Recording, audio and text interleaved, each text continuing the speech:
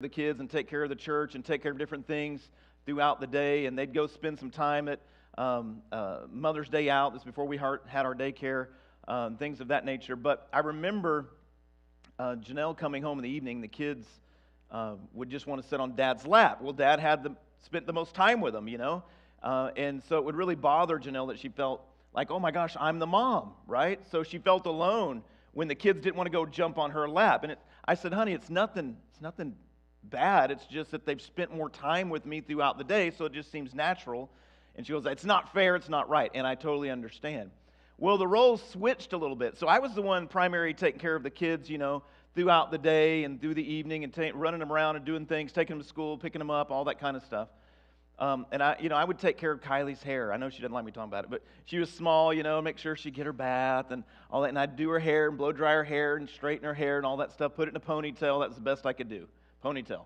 That's the dad's favorite thing.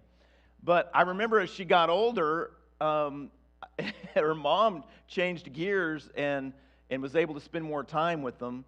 And I felt kind of left out. I felt alone because Kylie switched a little bit and started hanging out with her mom. Well, then her and her mom started running off and doing stuff and totally left Dad out of the picture.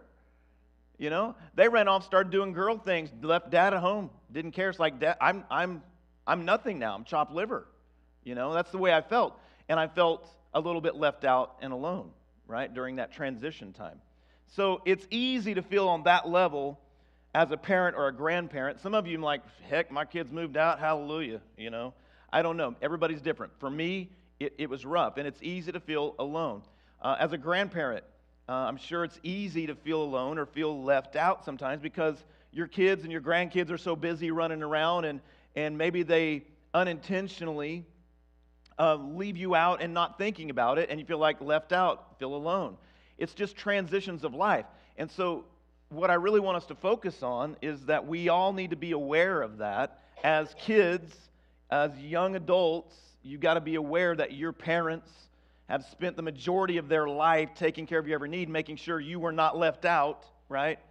And so you've got to be conscious of that and say, you know what? We're a family unit. Let's not leave each other out. Let's make sure Mom and Dad's included, Grandma and Grandpa's included, that type of thing. So we've got to make a conscious effort of that as we all go through these different phases of life as family. So we have to make a conscious effort. So there's one level that we all, I'm sure, feel alone as parents or grandparents at some point in time in our lives. I know Janelle's grandmother said one time that, and I've said this before, all of her kids were grown, all of her grandkids were running around, and she wrote a little note to Janelle and mailed it off one time and said, I feel so alone. No one ever stops in to see me. No one ever calls to check on me, that type of thing.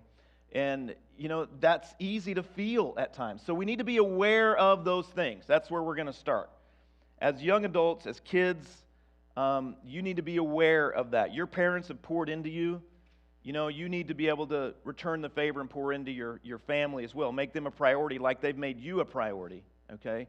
And as grandkids, even, we've got to make sure that our grandparents feel accepted, not just accepted, but important and a part of things in our lives. So that's really the first part of feeling alone as a parent and a grandparent. But there's another level of feeling alone. And this is what I've noticed over the years, is that when I was a younger parent, and my kids, and even now, but when my kids were smaller and I was trying to be the parent, Janelle and I trying to raise them and grow them and pour into them, there were times that when we went through different phases of their life that I felt alone.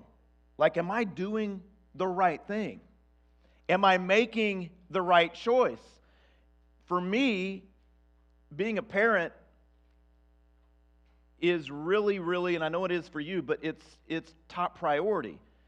And I remember several times, like I would discipline, for example, Kyston one time. I remember he was young, but he wasn't doing what I asked him to do, and I was like, come on, go do this. And he was old enough to understand, but he wasn't doing it. And so I remember grabbing a hold of him kind of sternly, you're going to do it right now. We're going to get this stuff done. And then he was fighting it and kicking and screaming, and I spanked his bottom, tossed him in his room, shut the door, and then I felt bad. You know what I'm talking about? Like I felt like a total loser as a dad. I felt like I had just blown it as a dad. I'd made a mistake because now he's in his room crying because I'd hurt his feelings, right? And it was unintentional. And I sat outside his door and I bawled my head off. I can almost cry talking about it. And I felt alone in that moment. Like, does any other dad go through this? Does any other parent feel like I felt at that moment and I felt alone? And I could list numerous times, time after time after time. And I could share examples for Janelle as well, that as parents, you do the best you can, and sometimes you feel alone. You're wondering, am I doing the right thing? Have I made the right choice? Am I guiding in the right direction? And so there are many, many times, even speaking to other parents when our kids were younger, that I've had this conversation with them, and we thought, man, we need a support group, right? Because we need to be able to say, man, this is what happened to me today. Have you ever felt that way? And it makes you feel better, right? When you can have someone to talk to and say, how is it for you? What are you struggling with? So my point is, it's easy for us to feel alone as parents and even grandparents when we're trying our best to be the best parent or best grandparent we can be. And so that's what we're focusing on today. Feeling alone as a parent or a grandparent when you're doing the best you can and wondering, is it ever good enough?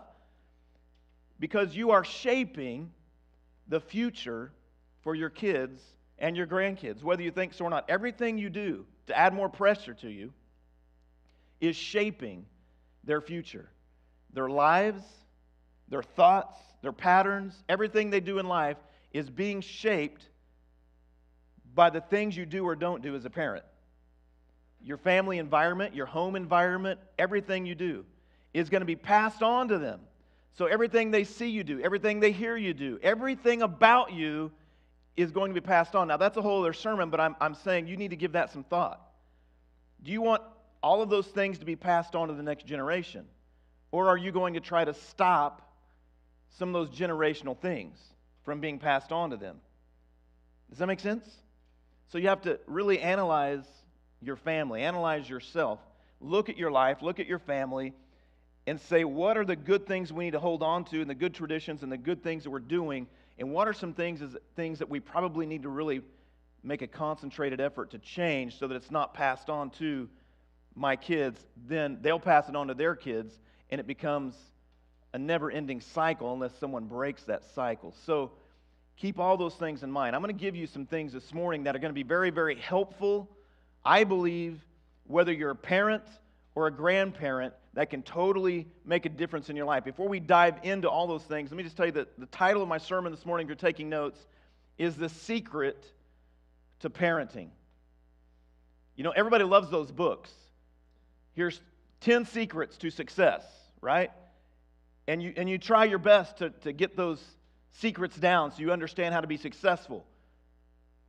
And so my message title this morning is The Secret to Parenting, and here's the answer. There is no secret, right?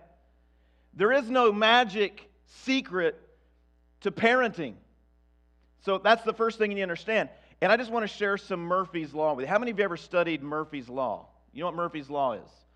So Murphy's Law is that if anything bad can happen, it will, right? That's what Murphy's Law really is all about. And so here's Murphy's Law for parenting. I got a few things for you. Maybe you agree, maybe you don't.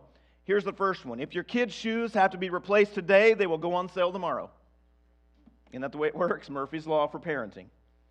The chances of a piece of bread falling with the jelly side up is slim to none.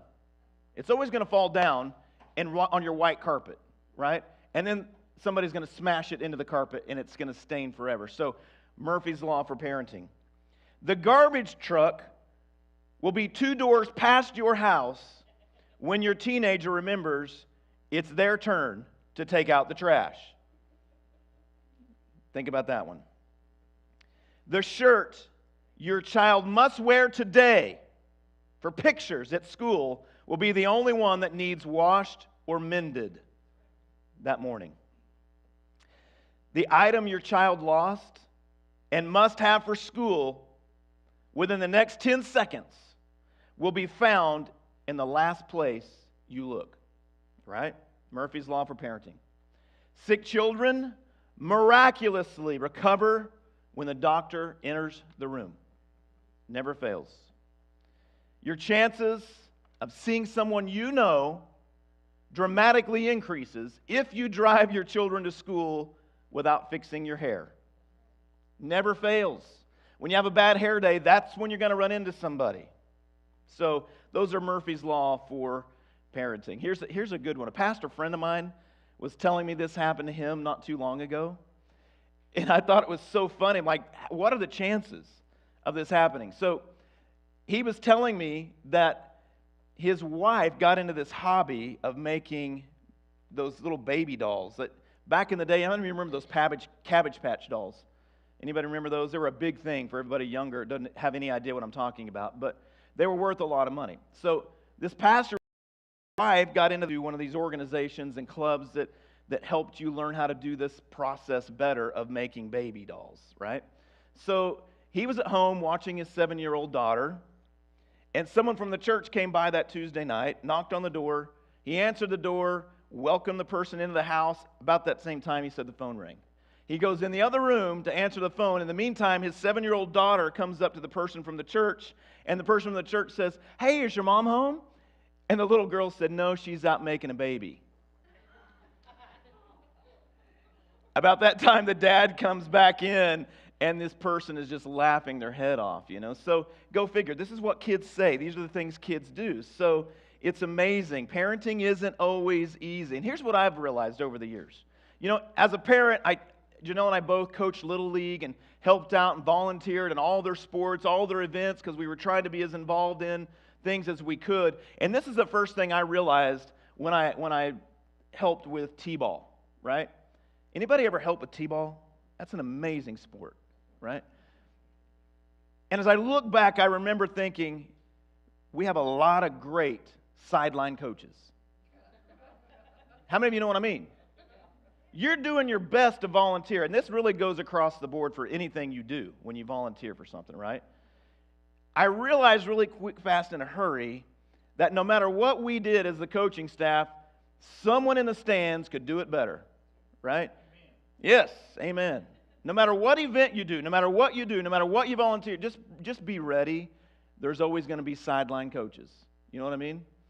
And I realized this, it's the same with parenting. It's the same with parenting. You're always going to have somebody that you really don't need or want their input in that's going to tell you how to do it. Let me just give you some advice up front. Everybody's got an opinion. Doesn't mean you have to really listen to it. You don't have to be rude about it. You don't have to, be abrupt about it. You can smile and nod and move on. And when you get home, say, that person's an idiot. But what I'm trying to say is people are going to have opinions about how you should run your family, right? And it doesn't matter how old your kids are. You may have kids that are out of the house, but you still have people going to tell you how to run your family. You may have people tell you how you should handle your home, and you're going to have people that try to give you advice on this, that, or the other. There's going to be a sideline coach no matter what you do, so just understand that. And then I'm going to give you a bit of advice. Not on my notes, mini sermon number 1. I'm going to give you some advice. Pick the people that you feel like set the best example as far as family goes, as far as raising children go, as far as being a good grandparent or a good parent. And that's the people that you would, or a good parent. And that's the people that you would emulate. And those are the people that you would take your advice from. Does that make sense? So just know there's going to be lots of people out there giving you advice. Doesn't mean you have to accept all of their advice. So every one of us need to be careful in particular about who we listen to and who we let speak into our lives. That's what I'm saying. So there are other people, though, that could do really well at speaking into your life about maybe a situation in your family or in your home or with your kids or with your grandkids. But make sure you pick those people wisely, okay? That have your best interest at heart, who can give you godly advice, right? So that's what you need to keep in mind. Don't listen to every sideline coach when it comes to parenting. here's what I realize.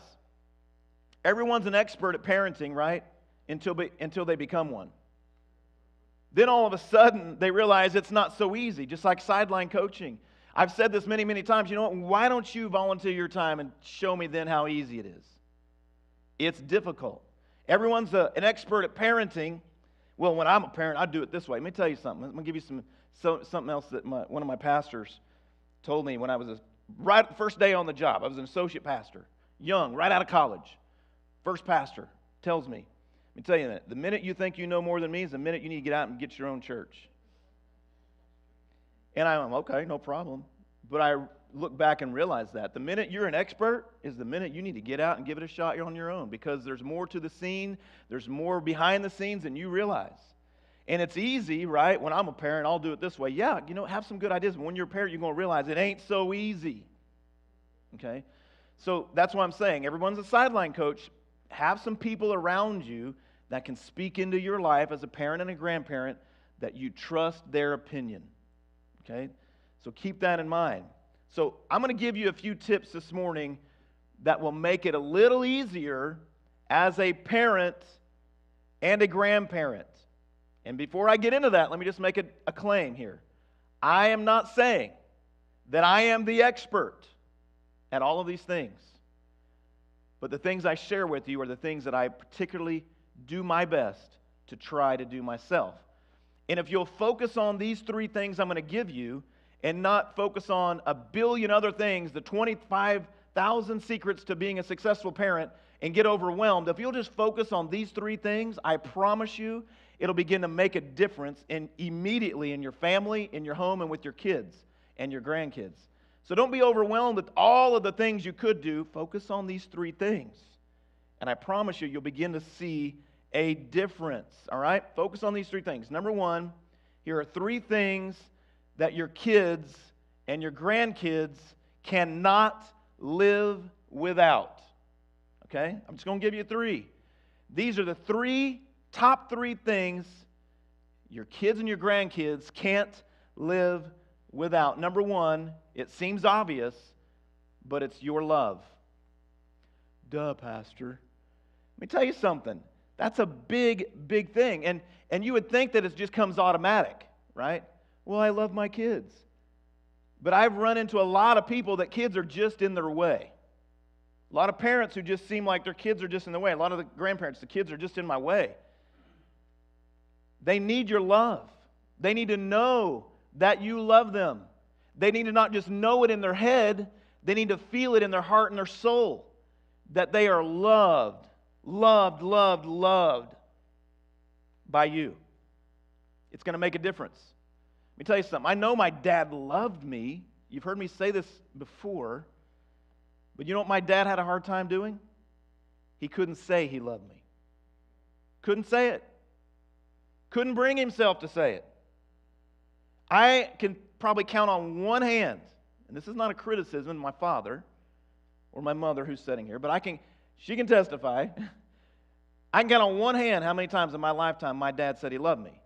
Well, I know you men are like, well, big deal, come on. You knew he loved you. Say it. You a man's man? You're all tough. You're all bad. You're a man, macho man. Then tell your kid you love them, because guess what? They need to hear it. Moms, they need to hear it from you too.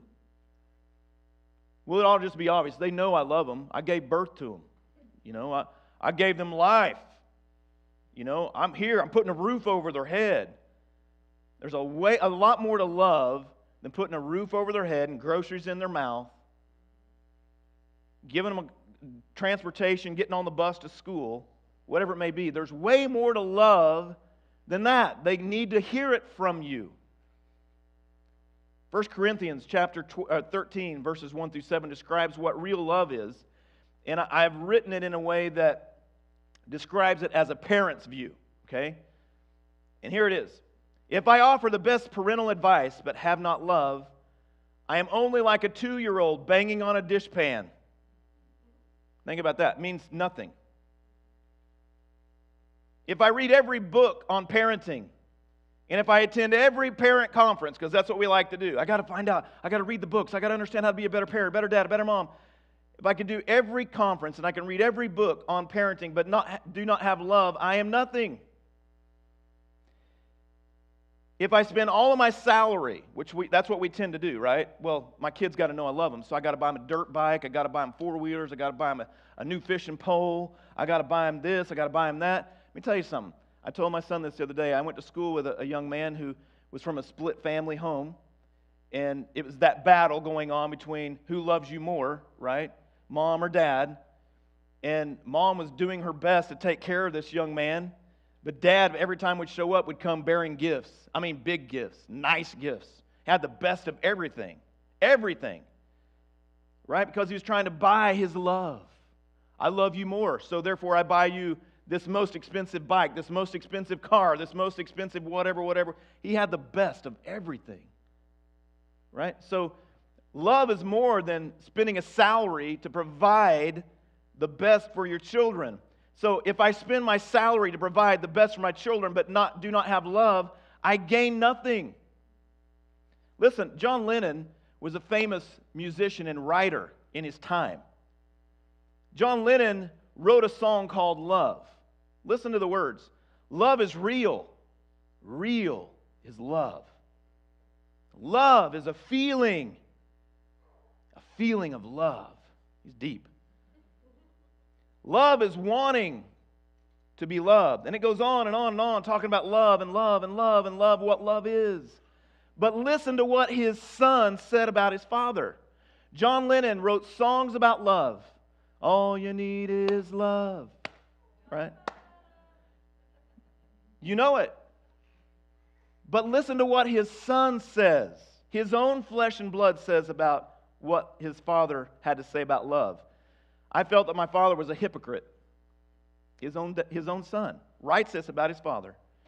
Dad could talk about peace, and Dad could talk about love out loud to the world, but he could never show it to the people who supposedly meant the most to him. His wife and his son. How can you talk about peace, and how could you talk about love and have a family in bits and pieces? No communication, very little time together, and divorced. You can't do it. Not if you're being true and honest with yourself. That's what his son wrote about his dad. But yet his dad wrote famous songs about love. Every parent will say they love their children. Every grandparent will say, oh, I love my grandkids. But love is more than a feeling. I'm going to take it a step further. Love is action. Love is action. And you got to show your love. God demonstrated this to you and me.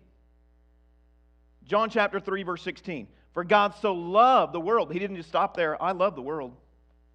I love it. Ooh, I love it. I'm going to write songs about it. We're going to write scriptures about how much God loved the world.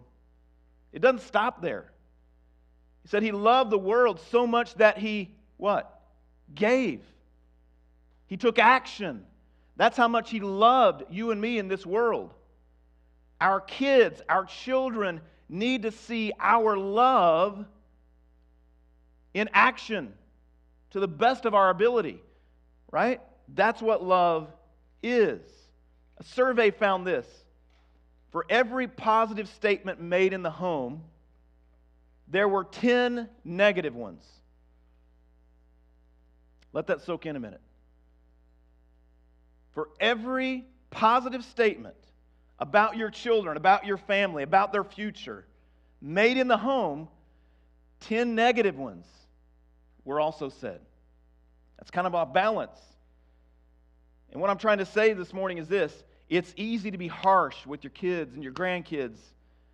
You need to buckle up, do this, be better, do that, blah, blah. And yes, they need some guidance in that. That's not what I'm saying.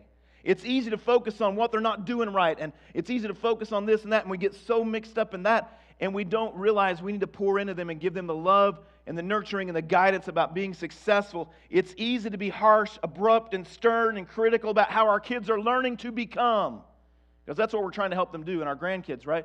And even as our younger kids have grown up, we still have work to do in guiding them. And it's easy to be critical when they're doing their best, right? Like, I'm not, just giving an example here off the top of my head. You know, Kyston and Jesus are, you know, they may not know what you know, but I'm going to tell you anyway. They've partnership together, and they've got a rental property. They're working on it. And so as a family, we kind of go over and hang out with them and try to help them out and do things. You know, it would be so easy, right, as a parent to say, I wouldn't do it that way. You're doing that all wrong. Get out of the way, right? But I try to be quick, you know, to say, hey, let's work on this. Maybe let's try to do something. Good job, man. Good effort. Good try. You know, maybe we need to try this or think about doing it this way. Does that make sense? Instead of coming in and say, what an idiot. Why'd you do it that way? You've got to think about how it's coming across and how you're guiding your kids. So it's easy to be harsh, abrupt, and stern and critical about how your kids are learning to become. That's what I'm saying. They're on a journey just like you are, moms and dads and grandparents. You're still on a journey from where you are to where you're trying to get to and where you're trying to be. You're on a journey from here to there as well, just like they are. So while we're trying to help them learn to become, we've got to make sure that we're doing it in a positive way as well. We've got to be dedicated to seeing the positive in our kids and our family and frequently praising their strengths. Isn't it so easy to focus on their weaknesses? Isn't it? We've got to be just as equal at praising their strengths rather than continually harping on their weaknesses. 1 Corinthians chapter 8, verse 1 says this, love, because that's what we're talking about, right? Love builds up. And it's so easy for us to focus on the opposite of that. Love builds up. And here's a study about love. And I shared this with Janelle just a couple days ago, that there was a science study done on parenting and showing their kids affection and love. And they found that every time this parent held up their young child and kissed it on the forehead and said, I love you, I could almost cry. It lights up certain portions of their brain that makes them feel secure and confident. Let that soak in a minute. When a parent picks up their child and says, I love you, and kiss them on the forehead, it lights up their brain. It makes them feel secure and confident. Let me just tell you, if it does it as a child, that doesn't go away. You don't reach a certain age and all of a sudden your brain just stops being triggered about love and how your parents and your family show you affection. It builds them up. So it's important. It's important to have love in your home. Let love rule in your home above all else. Reel the other stuff back in and say, I need to just not be so much this way, and I need to let love rule more. It will begin to make a difference. Number 2, your time. 3 things to focus on, and they're simple things. If you'll focus on these 3 things, I promise you'll see a difference as a parent and grandparent. They need to know you're loved, that they love you, that you love them, and there's love in your home. They need to know that you're going to give them your time. Ephesians 5, verses 15 and 16. Be careful then how you live, not as unwise, but as wise, making the most of every moment. Make the most of your time because the days are evil. You know, it doesn't take a rocket scientist to realize when you turn on the TV that the days are not getting better. They're a little more evil as we speak. It's all around us on the news, in the world around us. And it's a dangerous time for our families, our kids especially, and our grandkids more today than ever before. And parents and grandparents need to spend as much time as possible with their kids and their grandkids. God gave you those kids and grandkids for a reason. They're under your care. They're under your guidance. It's not up to the world to raise them. And I see this time and time again a lot, and I say it a lot. We don't have a kid problem, we have a parent problem. Because the parents don't want to step up. And I'm going to say this, and it may sound crude, and if you're offended, I'm sorry. It's easy to make them. It's not so easy to take care of them. When you became a parent, It's a full-time job. You now become second place. Your needs are second place. Your wants are second place. What you desire and what you want, well, that's not fair. I want to go out and have a good time. Is my life over? No, it's not. It's not over. But it's about your family, it's about your kids, and about what you're passing on to them, and what direction you're going to take them and lead them and guide them and shape your family in. It's about your kids and your grandkids and their future and your family direction. And when all your responsibilities are taken care of, then you can go take care of what you want to do. Well, I don't like that. Well, that's the reason why we have a lot of problems nowadays. That's my opinion. I'm sticking with it. I've seen it time and time again. You've got to spend time with your kids. You've got to spend time with your family. And I hope my family, my kids know this. They come first. Everything else in my life comes second. My kids, their spouses, my wife, they come first. Everything else comes second. There have been many, many Saturday nights and early Sunday mornings that I've had to finish things for the church because I put my family first. I'll prepare all week, do everything I can all week. Sometimes on Saturday night I need to finish things up to be ready for Sunday morning, and I've had to spend sometimes at 6 a.m., 7 a.m. trying to finish things up, being up all night because I put my family first. I spent time with my kids. Does that make sense? I've seen too many times that as parents and grandparents, we put our jobs first and our other things first, and you're losing your family. There's got to be a balance. You can't just let your responsibilities be shrugged off. You've got to take care of those things too. But that's what you signed up for the minute you decided to have kids. Right?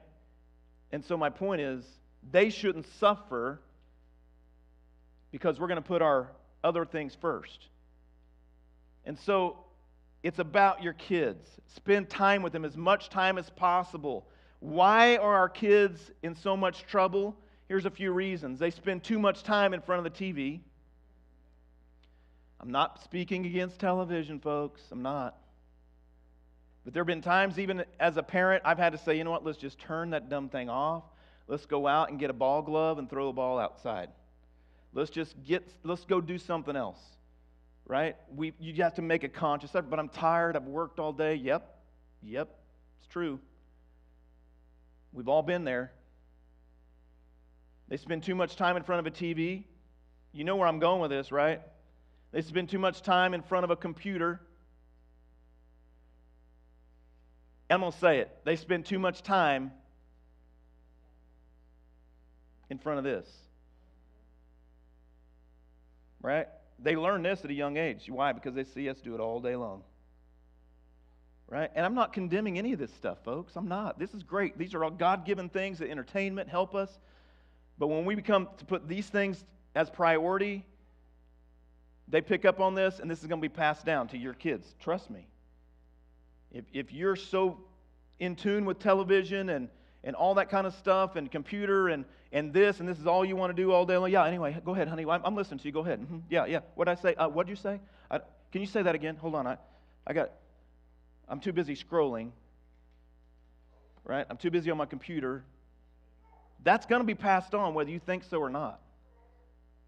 And then that's going to be passed on to them and their kids and their kids and their kids. They're spending way too much time in front of smartphones, computers, and all of those things. Too much time with friends of poor character. Right? I've seen this time and time again, and no offense to anybody, but I and Janelle were both very protective of who our kids hung out with. That's not to say that all people are bad, but you know what? I get one chance. When they're adults, they can start making their own decisions who they're going to hang out with, but when they're under my care, I'm going to do everything I can to say, here's the path you need to go on. And one day when you're at the age of accountability, it's up to you now what you're going to do and how you choose to live. But I'm going to do everything I can to make sure you're hanging around the right people. God, parents, come on. This is not a criticism, but when I was young, I was around some people that I probably shouldn't be hanging around. Watching things I shouldn't be watching because the parents were off doing something else. Not my parents. I was staying at someone else's house. Right? And so you've got to be very guarded on who your kids are around. Well, my kids will hate me if I don't let them hang around these people. Help them find some better friends. Or better yet, maybe as parents, you've got to really do some research and find some better family connections with that have kids your age, your kids' age as well. Does that make sense? Because show me your crowd, right? Show me your friends, and I'll show you your future. So you've got to be careful of all that. They're spending too much time with friends of poor character and not enough time with family of good character. So let me ask you a multiple choice question, just to let this soak in a minute on your time. What is the only thing, think about this, that you can take to heaven with you? Because we've been raised this. We've been raised to realize you can't take anything to heaven with you, right? You're going to work your whole life. You can't take the clothes you have on your back. You can't take your house, your cars. You can't take your money. You can't take your most prized possessions. But I'm going to tell you one thing that you can take to heaven with you, and that's your kids. Let that soak in a minute. That's the one thing, folks, that you can take with you to heaven. Your kids. But we're spending so much time chasing life and doing life and that our kids need more of our attention, quality attention, leading them and guiding them and shaping them, helping them to be men and women that can survive in this world and make good, godly choices. They're the only things that you can take with you to heaven. So spend some time with your kids, make them a priority. Take them to the park, play with them, talk to them, cry with your kids, teach them about good choices, good friends, making good friendships, bring them to church regularly. Let that soak in a minute. If your kids don't see you going to church and taking them to church and making God a priority, it's not going to be for them either. Pray with them. When's the last time you prayed with your family and your kids? Read the Bible with them. Teach them to tithe and to honor God. These are all good principles that you're spending time with them and teaching them. Here's the thing. You only have a limited amount of time. You realize that. Let that soak in. You and I have a limited amount of time on this earth and with our families and with your kids. Limited. And what if I told you that if you had only 6 times to do something fun and memorable with those you cared about, what would you do?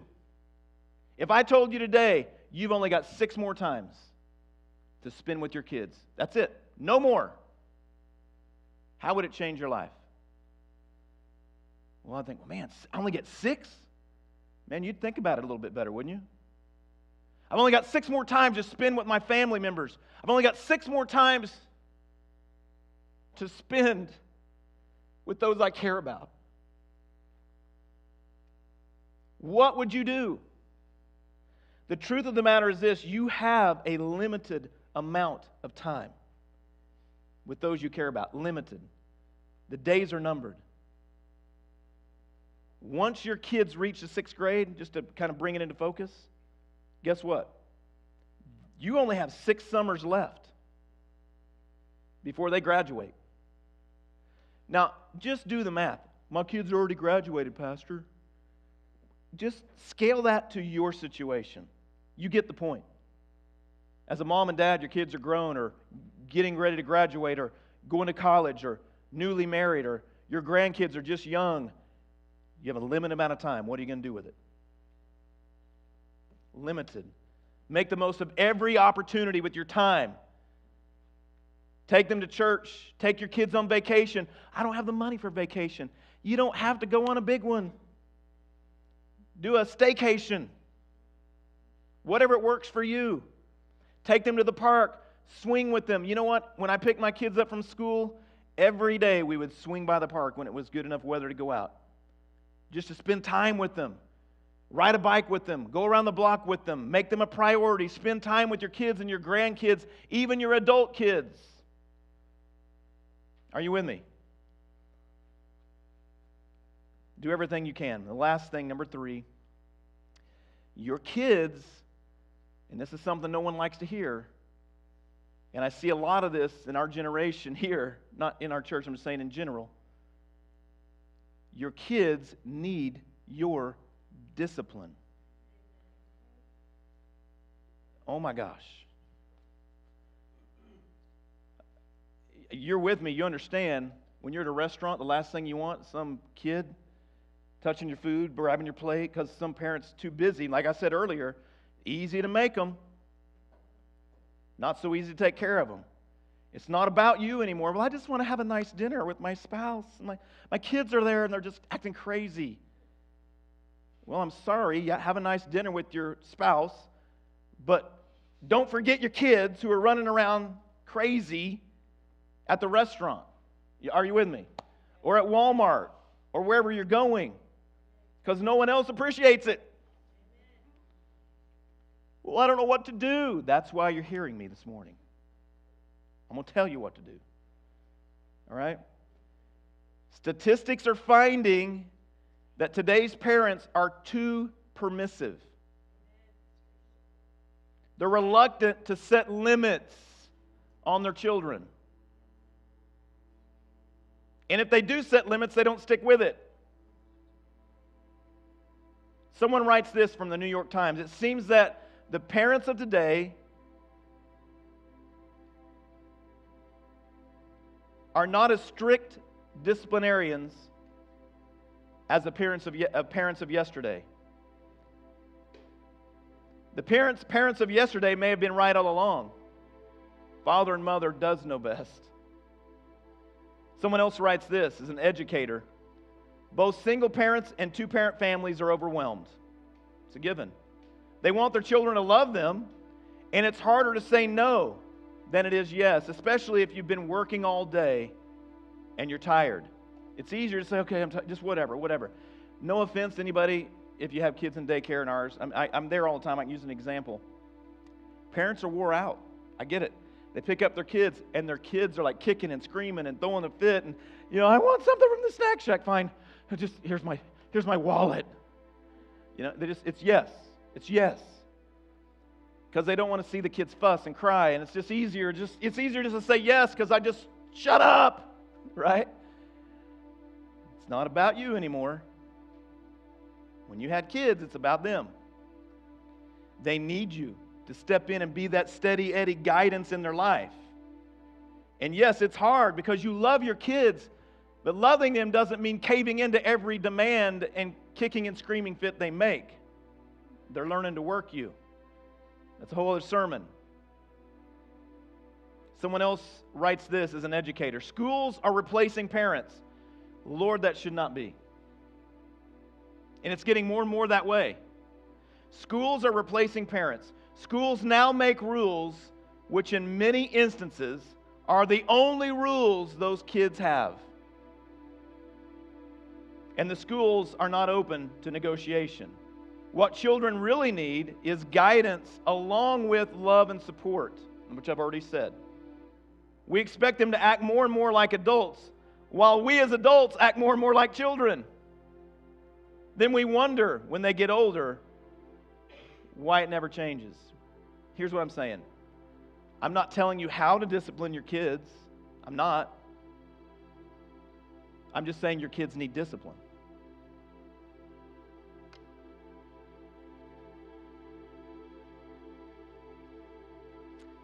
I read the story about a grade school, it's fitting here, who was on a busy intersection. I remember my grade school, Highland Park in Bartlesville, set on a corner.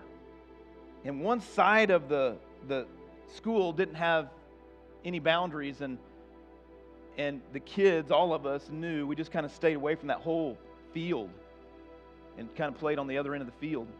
Well, I read this story that kind of reminded me of that, about how a school was in a similar situation, that this school sat on a corner and it was a busy intersection all the way around it, so the kids played closer to the building. And somebody gave them some money to put up a fence that surrounded the whole property. And when that fence went up, what they realized was the kids now didn't just hover and play around the building. They took all of the area and made use of all of it and played around all of that area. Well, what's that have to do with discipline? Your children need fences. right? We are afraid as parents to put up a fence.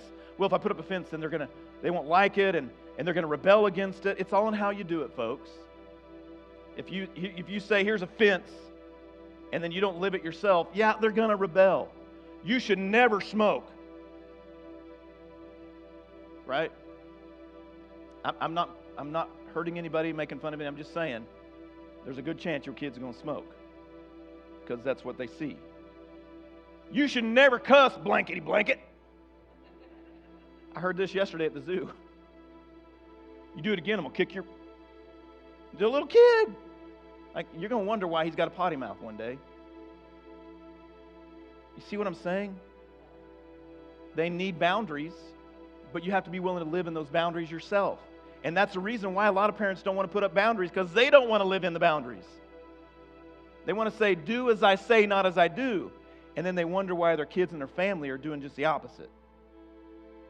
So what they found is when this fence went up, the kids used all of it and went up to the boundary, and they stopped because they knew where the boundary was. Your family, your kids need boundaries to follow. It's a loving guidance to let them see. They will feel more secure. Having discipline and clear boundaries, your kids will grow up in that secure area knowing I can go this far and no further, and it's for my protection. The reason why we put boundaries is why? Because on the other side of those boundaries are danger. And if you really love your family and you really love your kids, you're going to have clear boundaries. And you're going to live within those boundaries yourself, because you know on the other side is danger. And yeah, you might be able to jump on the other side and live that side for a while, but you're putting yourself in danger. And your family in danger. The key is a discipline through love, letting them know where the boundaries are. Proverbs 3:11 says this, "My son, do not despise the Lord's discipline, and do not resent his rebuke, because the Lord disciplines those he loves, as a father loves his son." You see, withholding discipline is not love. Your kids need your discipline. And I could go on and on and on. I've got a billion scriptures here I could share with you this morning that emphasizes the same thing. Discipline must be exercised in a way that your children respect it. It shouldn't be done in anger. It shouldn't be done out of frustration. It shouldn't be done inconsistently, unreasonably, excessively, which that's what we have a tendency to do. It shouldn't be done that way. So let me ask you and close by asking two questions. Are you setting the proper boundaries for your family? And are you living within those boundaries yourself? And when those boundaries are broken, are you disciplining them in love? I love my father. He's no longer with us, but if he was here, he would tell you. He had zero boundaries growing up. Zero. He did what he wanted. And he got into a lot of trouble for it. The point is, your family, your kids need those boundaries, and they need to know you love them enough and are going to set the example enough to lead them in those boundaries and help them understand why they're there. Talk about them if you need to. Talk about the dangers on the other side of the boundary. Let them know what's on the other side if they choose to cross the boundary, and let them know what discipline is going to happen if they step over the boundary. This continues even with your adult kids. How many times my kids can tell you, look, I'm going to give you my advice. I'm going to tell you what I think you should do. I've been down the road a few more years than you have. I'm going to help you miss the potholes. I'm going to point out the roadblocks. I'm going to point out the dead ends. But it's up to you ultimately to decide. They need to know these things. You've got to be able to live it yourself. What they need from you most of all is your love, your time, and your discipline. And that's what we'll close this morning. How many of you would say with me that we need God's help in all three of these things? You just keep your hand raised. Let's pray. Heavenly Father, you see every hand raised. As a parent, as a grandparent, God, we need your wisdom, we need your guidance, we need your help. Lord, those that aren't parents yet, Lord, I pray that these words would soak into their hearts as well. God, that these words would lead them and guide them as well. Lord, those of us that are parents and grandparents, God, help us to adhere to these three things and focus on these things. Give us the strength and the help we need, God, to do these things. And Lord, if there's anyone here that feels alone in their struggles as a parent or grandparent, I pray that you give them the courage, God, to go to that person that they trust, that has their best interest at heart, and just open up to them and begin to share their struggles with them, their fears, their concerns with them, God. And I pray that godly wisdom would be given. And I pray, God, that you help us all in our efforts as parents and grandparents to do the right thing. And we ask these things in Jesus' name. And everyone said amen. Amen. Would you stand with me this morning? Thank you so much for being here. I'm glad you're here. Like Janelle said, be here Wednesday for small group. Be here this next Sunday for the beginning of a brand new sermon series. God bless you. Have a great week. We'll see you then.